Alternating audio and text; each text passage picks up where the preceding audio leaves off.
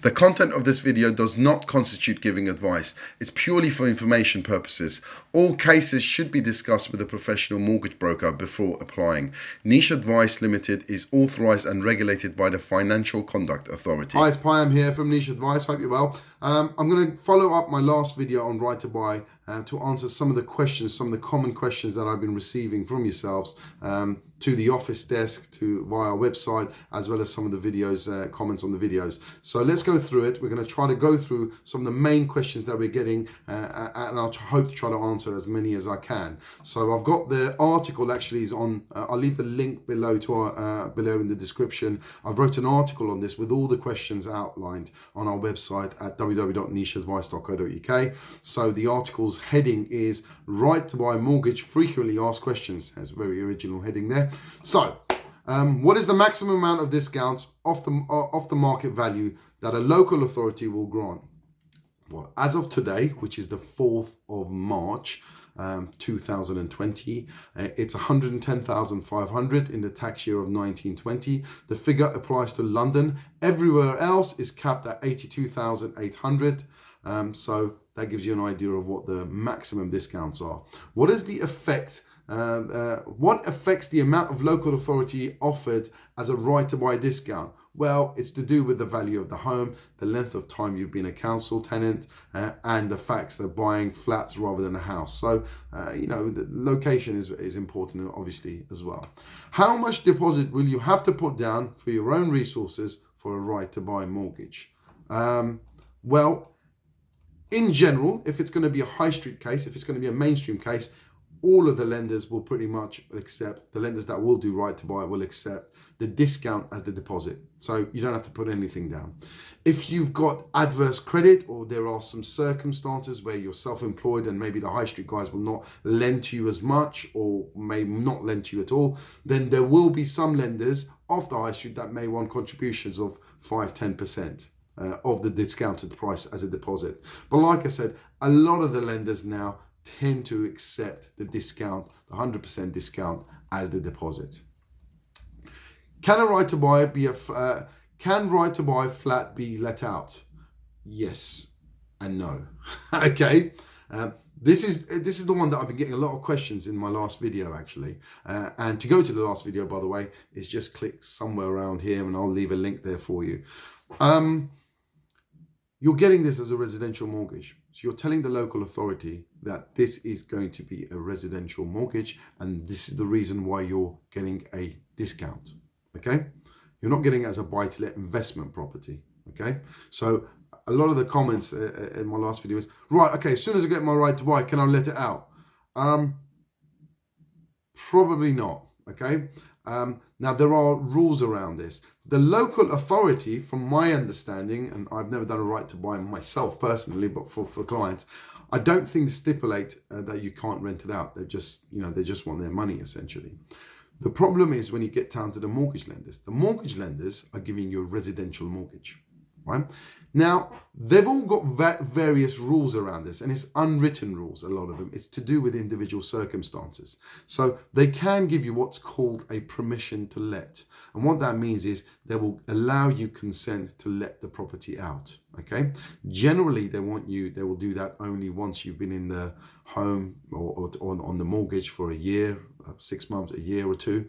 Generally, that's the rule, okay? So you can't take out the mortgage as a residential and then contact the lender and say, this is going to be a buy-to-let, can I let it out? I'm moving, my circumstances have changed. Okay, so there are some lenders that do have consent to let policies, but generally as a buy-to-let, you cannot get a buy-to-let mortgage while you're in your preemption period, which is the 5-year time. So generally you cannot get buy-to-let mortgages. Like I said, the only way you can get mortgages is residentials, and sometimes lenders will take a view if your circumstances have changed and then you want to let the property out. But I would say at all cases, you should be discussing that with your lender direct, should there be a change in circumstances.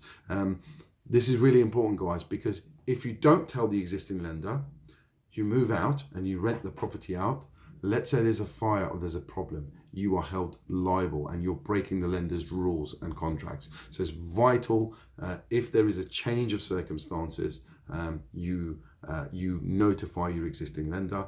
And it's also vital, if we're having this discussion and you think you're going to get a job somewhere else in 2 years' time, or you're going to be moved on, or you may move, it's vital you tell us this at the start, because there are a lot of lenders that will not give you that consent. Okay, so there's a lot of lenders say, well, actually, we don't allow you to rent the property out, full stop. There is no change of circumstances, there is no consent. So at least we can have that discussion with you, and at least go through our books and try to give you some guidance on some of the lenders that have been known to be quite lenient around that, or maybe have a history of giving that. But like I said, nothing's set in stone. As far as the lender's concerned, as far as we are concerned, you are buying this property as a residential property to purchase and to live in yourself. And that's why the government has given you a discount. Okay, so I hope we got that clear, because we've had a lot of questions on this. Can local authorities refuse to make a right to buy offer available to council tenants? In theory, no, but I have seen them done if they want to knock down the building, for example. So that's really, I think I've put here, if the qualifications rules are met, then the offer should be made available. However, I have, like I said, if they're looking to do redevelopment on the block or something's going on, sometimes they do not offer right to buys anymore. Is the amount you borrow on the right to buy limited to the discounted purchase price? Okay, no. So basically, you can sometimes borrow over the discounted price. So let's just assume you've got a right to buy flat and it's worth 100,000. Well, let's just assume it's a house. Actually, it's a better example. Let's say it's a house and it's worth £200,000. Right to buy comes in and your discount is, I don't know, let's just say it's £100,000, just to make it clean.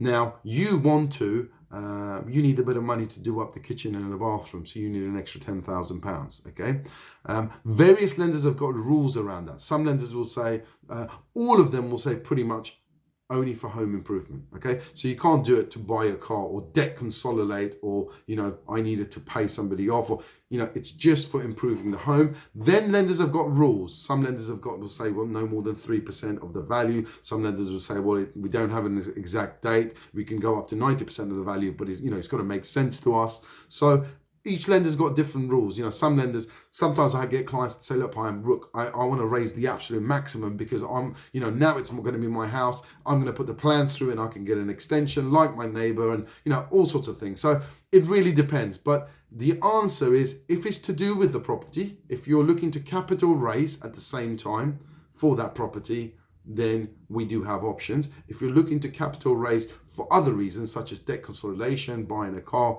paying for a holiday, whatever it is, then I don't have any other lenders. And that's important. That's for a purchase. So you can do that at the same time as you're buying. Or let's assume you've gone for a 2-year fix and you're now looking to remortgage and capital raise. So you can't debt consolidate at 2 years' time. However, you can do up the home. You can raise some funds to do the property up, and we've done that a number of times for clients. What is deck access? Okay, now I did explain this in my last video, but it's worth going through it because I do get questions a lot. Whenever I ask the question is, has the property got deck access, and say, well, what the hell is that? What is it? Deck access essentially is balcony access. Now, and it applies mainly to flats, obviously.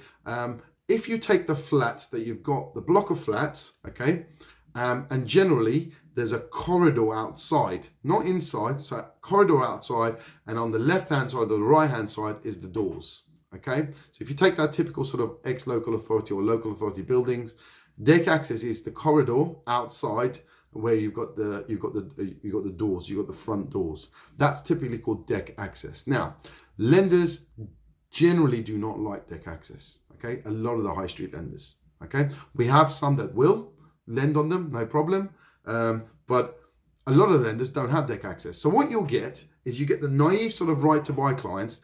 They go, right, I've got my right to buy papers. Let me go to my comparison site and see who can give me the best mortgage. You go out there and, the best rate there is there. Well, okay, I'm going to apply to them because they've got the best rate and I think my salary fits. Great. But they don't do deck access.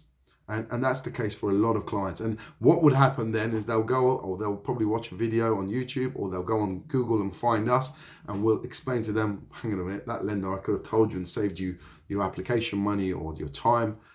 because they don't do deck access. But the good news is there are a number of lenders that will do deck access. Okay. The bigger problem actually is property types rather than deck access. Quite a number of lenders will do deck access. The issues come around when you're in that big tower blocks. Okay, that's when the lenders start running away, and then you start running out of lenders. Okay, and then you're going from a lender that's, a high street lender that's normally doing a 5-year fixed at the moment for, I don't know, 1.5–2%. All of a sudden, the lenders that will consider those tower blocks could be 6%, over 6% rate. Then you've got to make a judgment call to say, is it worth it? Is it worth me buying this property? Because I'm going to be stuck on this rate. It's not as if I can remortgage in a few years' time. I'm going to be stuck here with these type of banks because the normal high street guys do not like lending on these big tower blocks. So that's more of a problem than deck access. Can someone act as a guarantor? That's another one that I get quite a lot of. Or I'm on a right to buy, but I can't quite afford it. However, my cousin's really well off. Can he become a guarantor? My brother's really well off. Can he become a guarantor? No. That's the simple question. The simple answer is no, they can't be guarantor. Guarantor, basically, they need to be on the right to buy papers. And anybody who gets a mortgage as a right to buy needs to be on the right to buy papers, so they can't be a guarantor.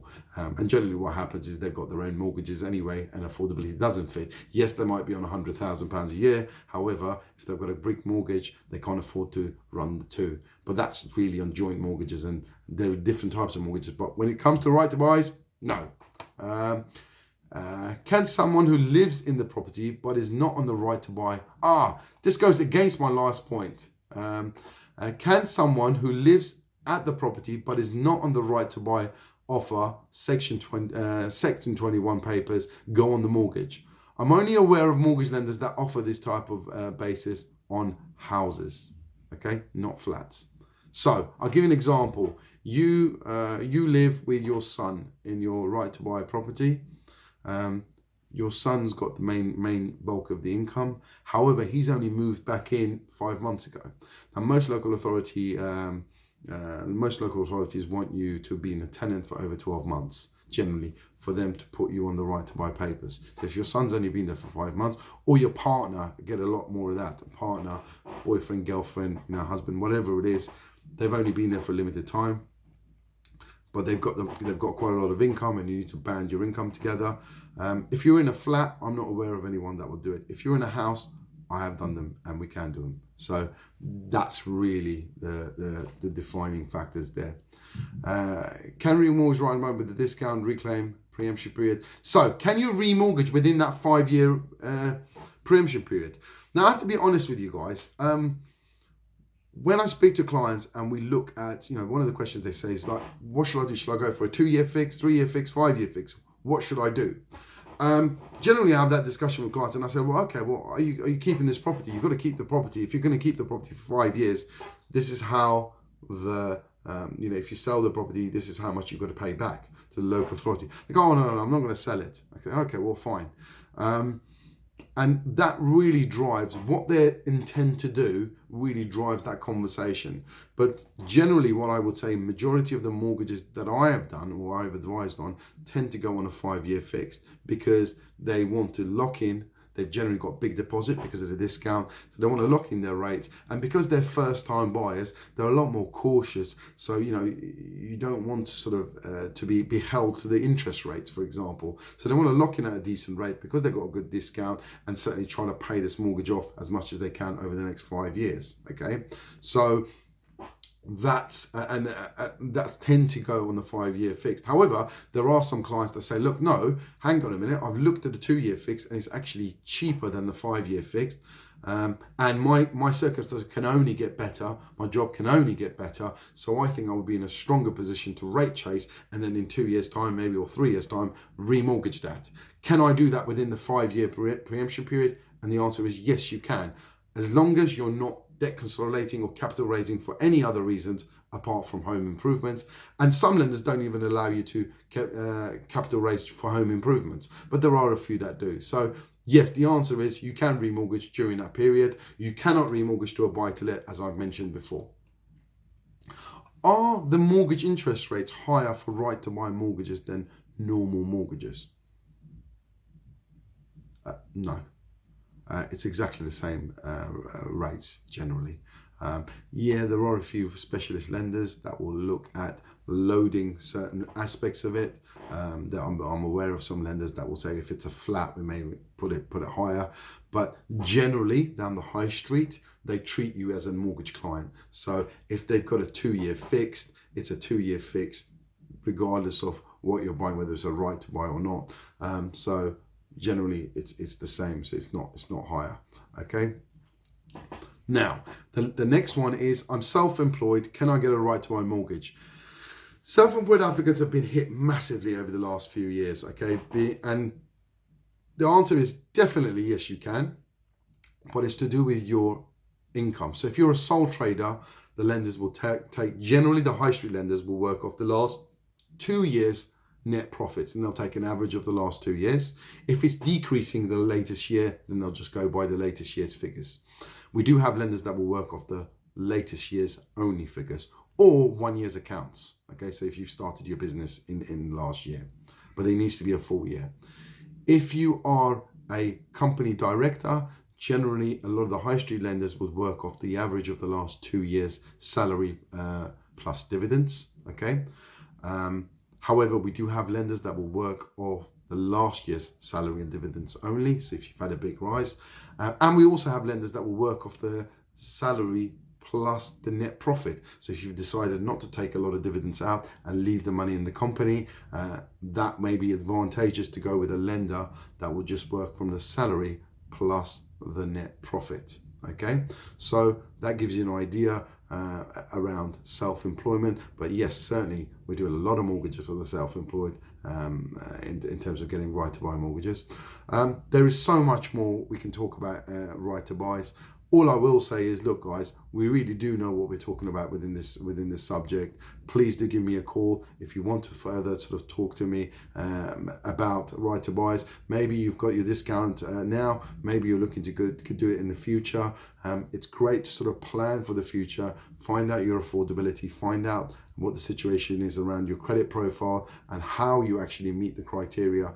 Because it's one thing getting a rate, it's a different thing getting a mortgage. And what we're in the business of is actually getting people mortgages. I hope you found this useful. Please do like and subscribe to our channel and comment. It does really help us push up the rankings on YouTube. But certainly if you like these videos, please let me know. And yeah, please keep tuned in. Thank you so much. Appreciate it. Thanks.